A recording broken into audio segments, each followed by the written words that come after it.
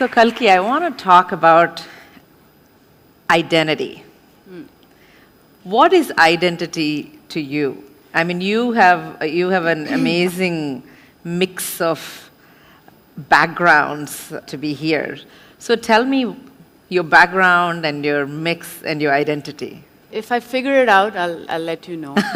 Right now, I have no idea. As you know, I was born in South India. My parents are both French, but I grew up all my life in India, lived here all my life. They've been here for 40 years. So basically, my skin is white and my heart is brown. Say something in a language you feel comfortable with. Tamil தெரியுங்களா உங்களுக்கு? கொஞ்சம் கொஞ்சம் கொஞ்சம் பேசுங்க. கொஞ்சம். நீங்க எங்க இருந்து வரீங்க? So when you do you ever have situations where somebody says something in Tamil, Yeah. not knowing you understand? Very often. I mean, I've had very entertaining conversations happen right in front of me. Two boys, commenting on me, saying, they can be taken as flattering or slightly, lewd comments that they'll be making about me. And then at the end of their conversation, I'll say something in Tamil, and their jaw drops open, and they're like, "Oh my God!" So yeah, that happens. That happens quite a lot. Yeah. So you obviously raised here, went to a boarding school. What were you like as a kid? I mean, for an actor, we always think of people who are exuberant, excited, out there. Were you like the popular chick in school, or what were you like when you were growing up? Not at all. I was very, very painfully shy. I grew up in a school which was this British school in South India, English medium school. When I first got there, I had a French accent because I was 6 years old, and at home I spoke French. So I used to say things like concombre for cucumber, and people used to really make fun of that. So I quickly changed that and became very normal in the way I spoke or whatever. And then my Tamil sort of took a back seat as well, because English was cool and everything. So there were all these things where I was, I think since a very young age, trying very hard to just be what what everybody else wants me to be. I was always quiet. I was very shy. I never really expressed what I felt and things like that. And I had braces for 5 years, so I had no chance with most of the boys. And I think the way that I used to protect myself was by being a clown, by making people laugh.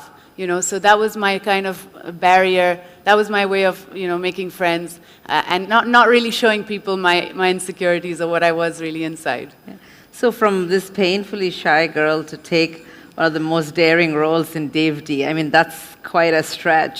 So what made you decide you wanted to be an actress? Maybe tell us a little bit about, did you have a struggle before you wanted to become an actress, or was it easy for you? It was a long struggle. It was a long struggle convincing my mother that I'm not insane.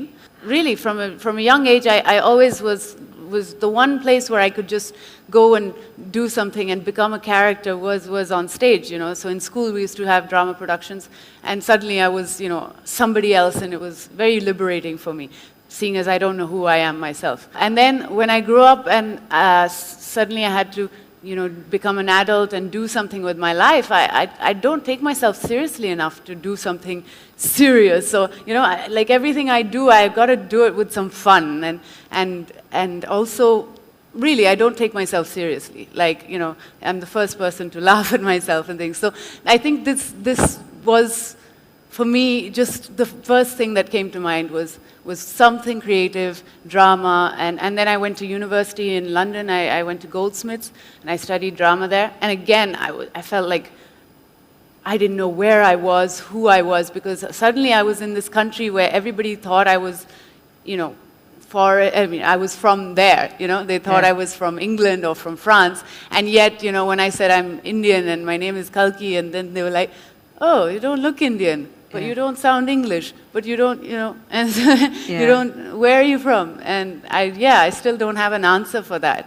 So I lost my train of thought. What were you That's asking? okay. You know, continuing on that, what was your first break? You know, when you auditioned for that. See, after I finished my theatre studies in London, I went ahead. I came back home and I started doing theatre here, and I did a lot of sort of physical theatre, improvisational theatre, and I didn't know where I was going, but I knew that there was one thing that I was really hungry about, and that's, you know, telling stories and becoming somebody else, and in that you start to understand somebody else, I think, and that's what I loved about it, about acting, that, you know, Yeah. acting is therapy. It's like you go into somebody else's mind, you discover things, and then you feel a lot less distant from people, because who cares if they don't think the same way, or they behave strangely, or, you know, they might have so many different things which at first it's so easy to judge somebody just by looking at them.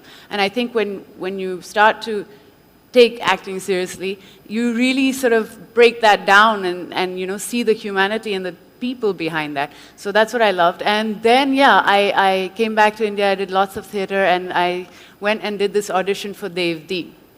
And the audition for Devdi was funny because I got a call and they said, yeah, there's an audition for this. And I saw the script and it was in Hindi. So I said, I'm really sorry, you have the wrong person. My Hindi is really bad.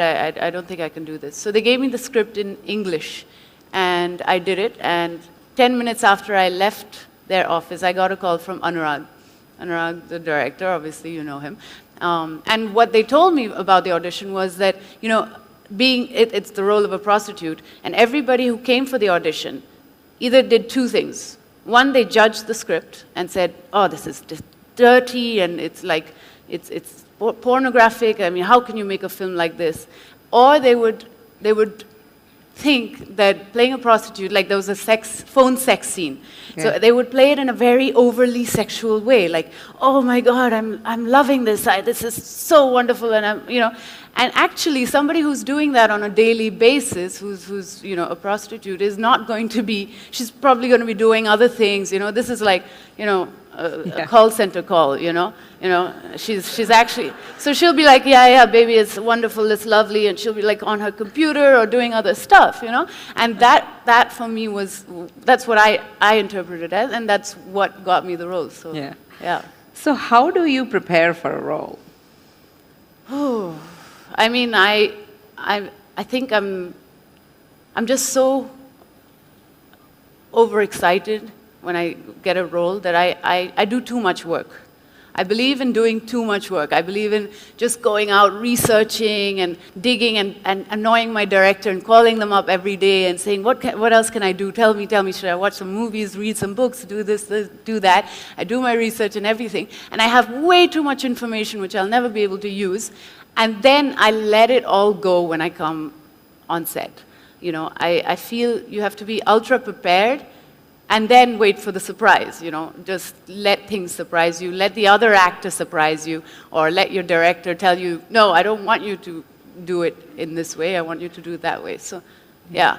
So everybody knows you as an actress. Tell me your other avatars as a writer, as a poet. What are the other things you do that you're equally excited about? I like sitting cross-legged.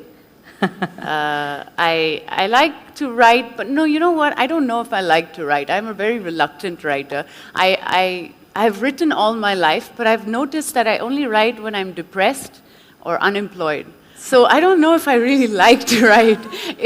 Have you been writing anything lately? I've been writing something, yeah, a few months back. Which one is it? Depressed or unemployed? Both.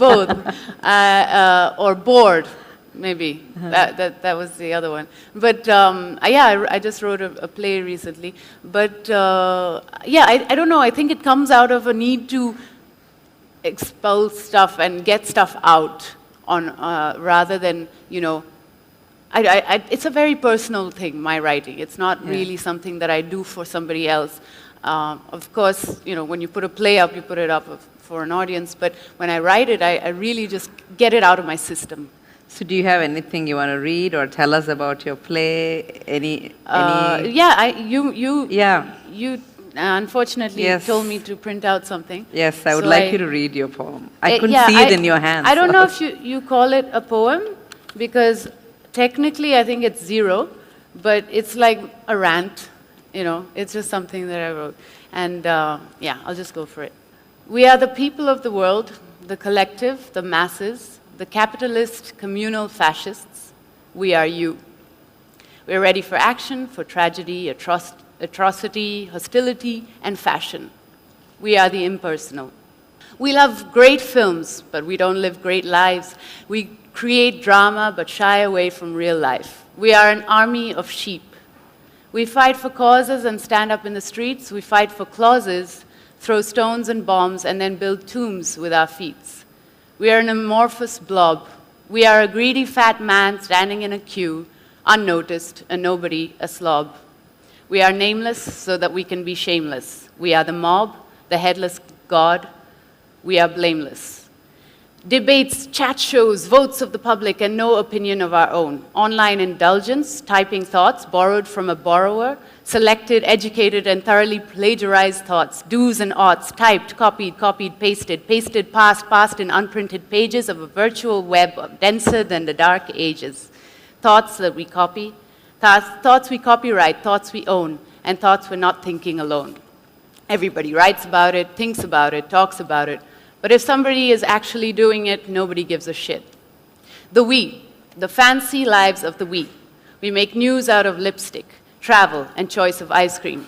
All frivolous news that comes out of our pockets and leaves a nation starving. We, the people, we, the classes, we, the businessman, we, the poor man, we, the ladies who pout with the fat off their asses.